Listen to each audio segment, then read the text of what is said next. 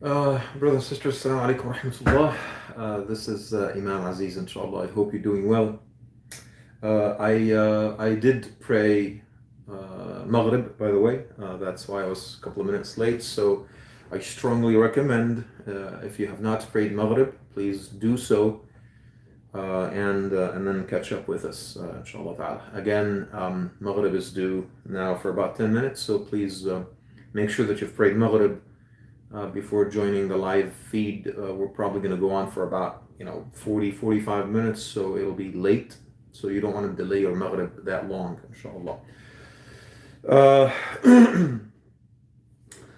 Just a couple of announcements, inshallah, before we start, to give some of you a chance to pray Maghrib and others to trickle in and tune in, inshallah.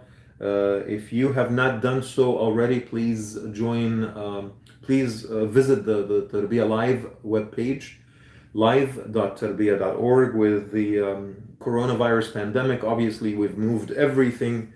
All of our programs have now moved online on social media and so forth. So you'll be able, inshallah, to get a chance to see what Tarbiyah has to offer in these times of crisis. Inshallah, hopefully it won't be long before we are back to our masajid and our physical work on the ground, but I think we will have learned a lot from this crisis. We have been always kind of like a little bit hesitant about social media when it comes to live programs.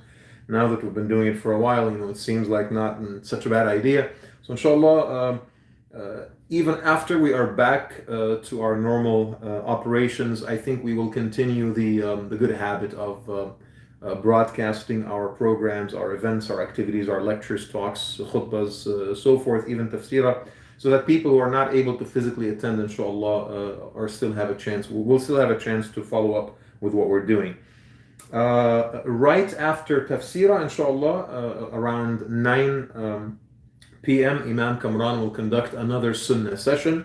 So please tune in for that, inshallah. This is like the late show for some of you. So you will enjoy that as well, inshallah ta'ala. The wellness webinar this coming Sunday at 5:30, and we are happy to host Brother Josh Rahbar, who will talk to us about physical fitness while being stuck at home.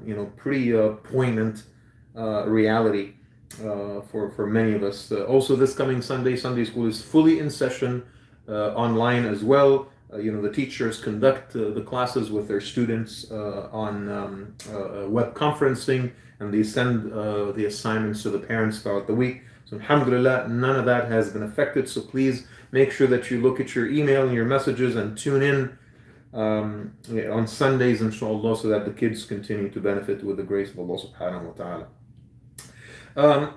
Enough of the announcements, and inshallah, I hope that you guys prayed Maghrib and that you have your Qur'ans with you. A little piece of paper and a pen can also go a long way, as our teachers and scholars taught us. The best way to retain knowledge is by writing it down. So make sure, inshallah, that you keep that in mind.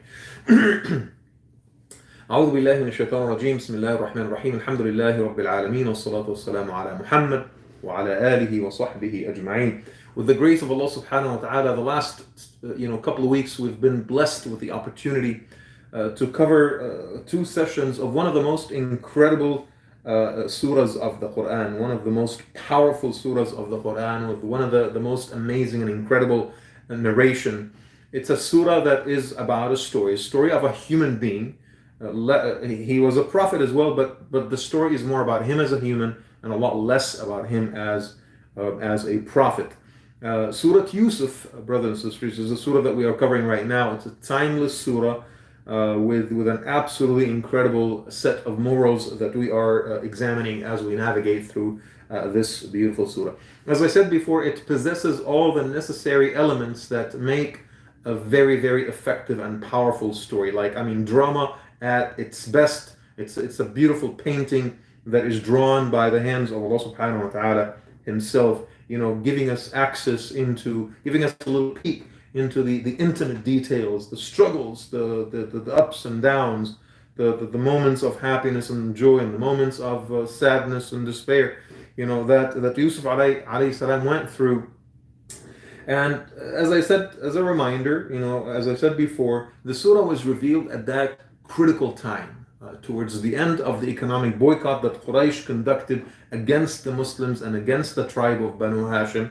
And so it was revealed right around that time when this unsuspecting non-Muslim hero, Hisham ibn Amr, who was from the tribe of Banu Lu'ay ibn Amir, he was not Muslim, but he basically led a cohort of other Meccan leaders to dismantle and disband, this sort of like illegal, unconstitutional, dishonorable boycott that was conducted against a very important branch of Quraysh, and that is the people of Banu Hashim.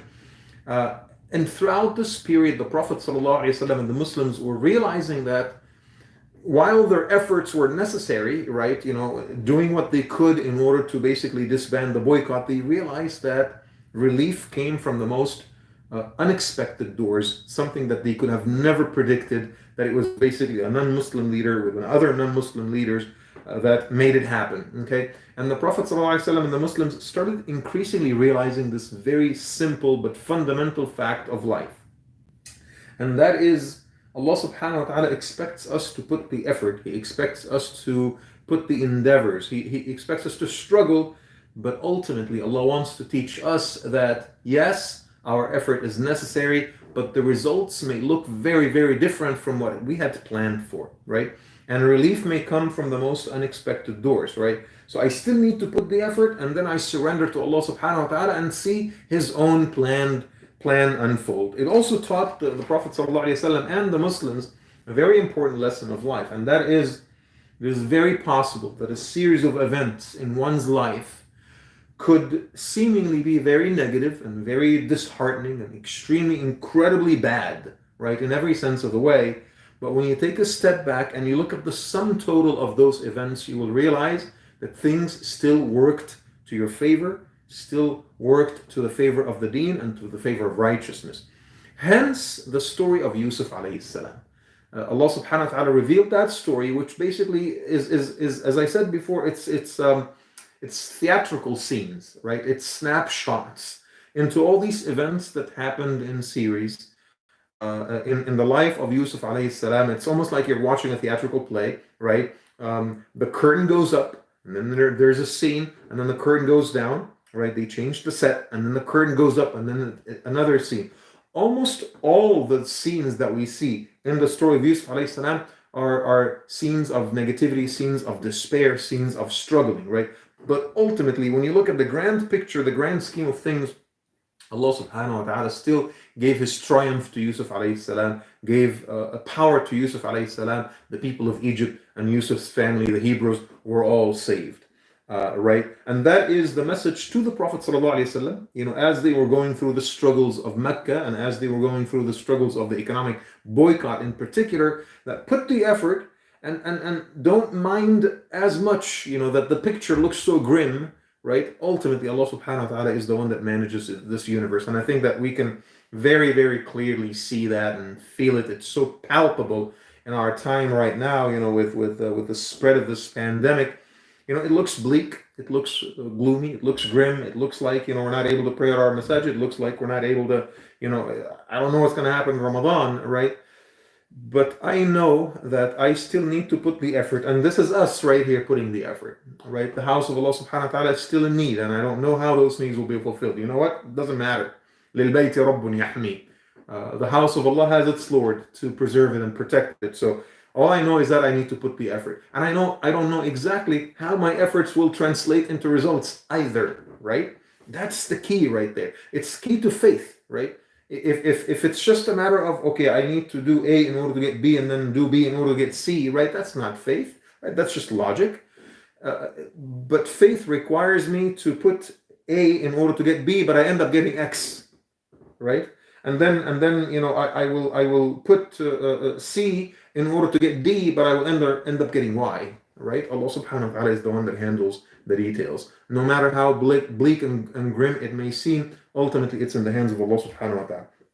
Last time we covered the first 10 ayat of Surat Yusuf, right? how he had his dream, and how in his dream he basically saw that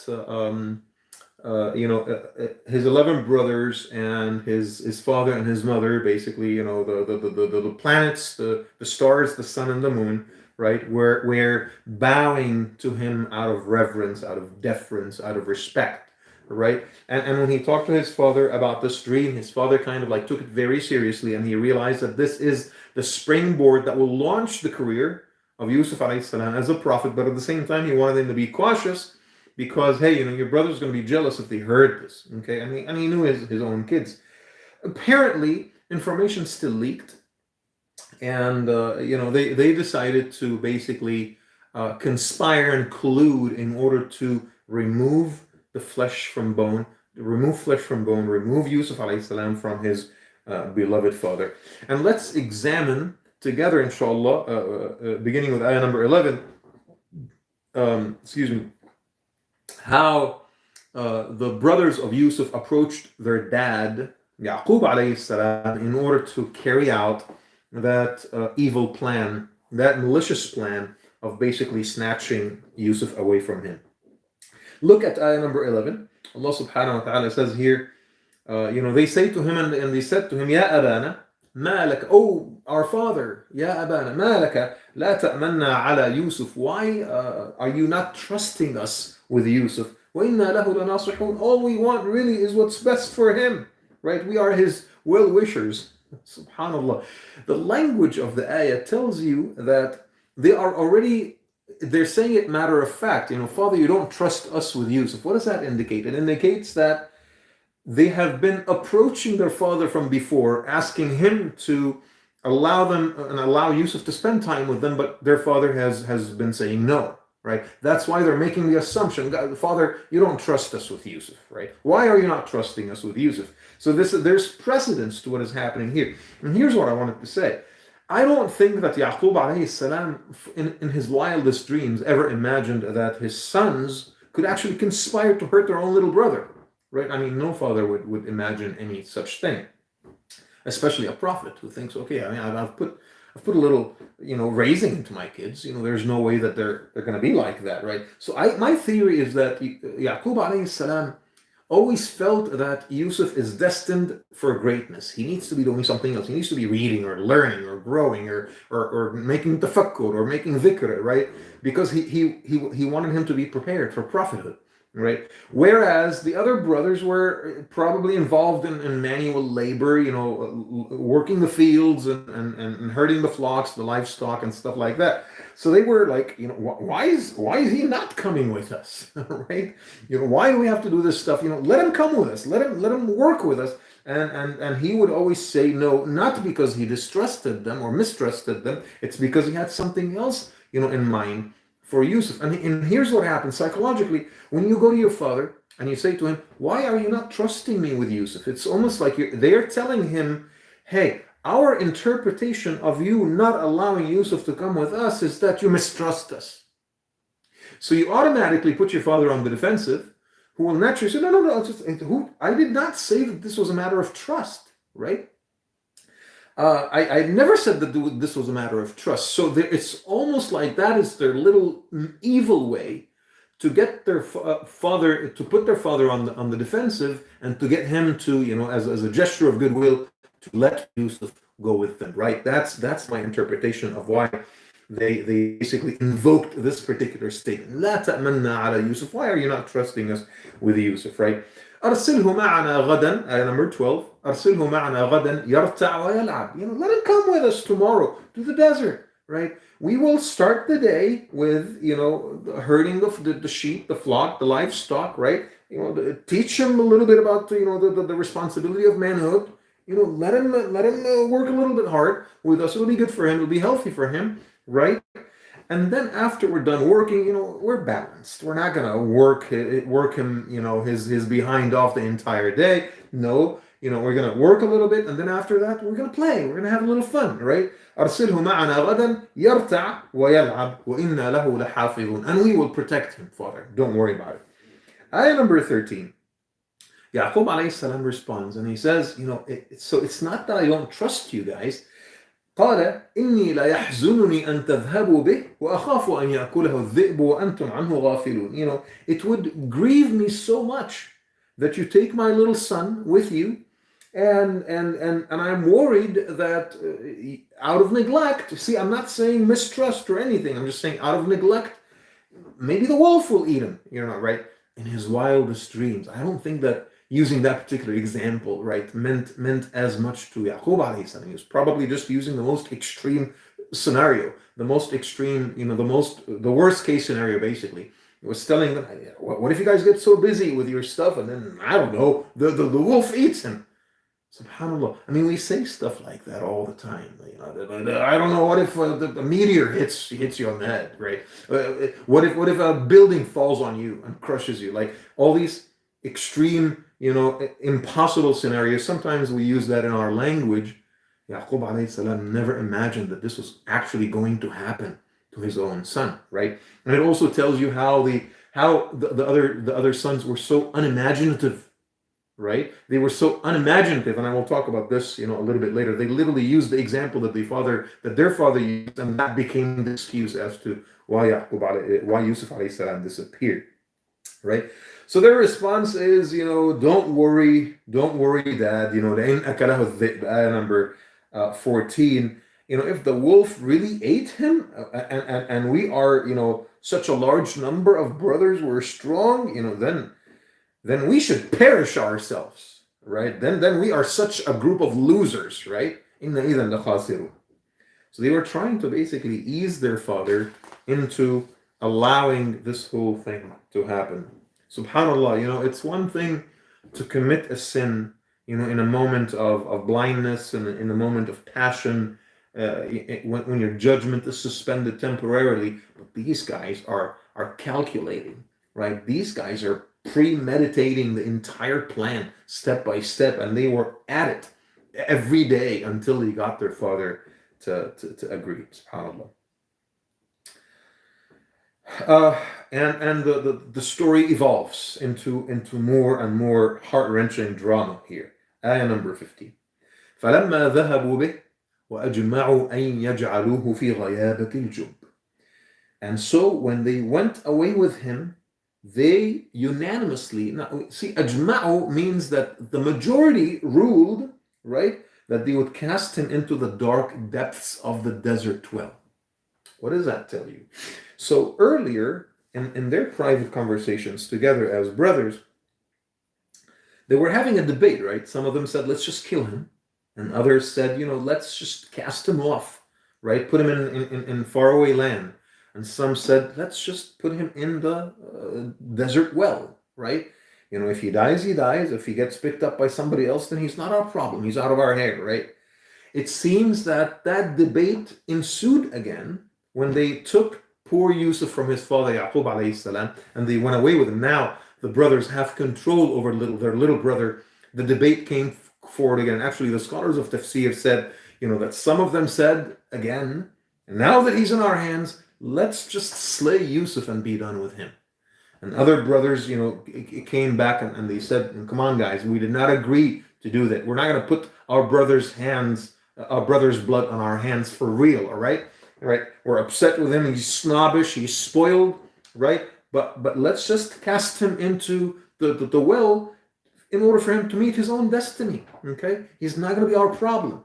And so the scholars say that they literally walked so far into the desert until they found one of those wells that has, it's not completely dry, right? But it doesn't have too much water, where Yussuf would drown either. And those types of wells, they're kind of like, very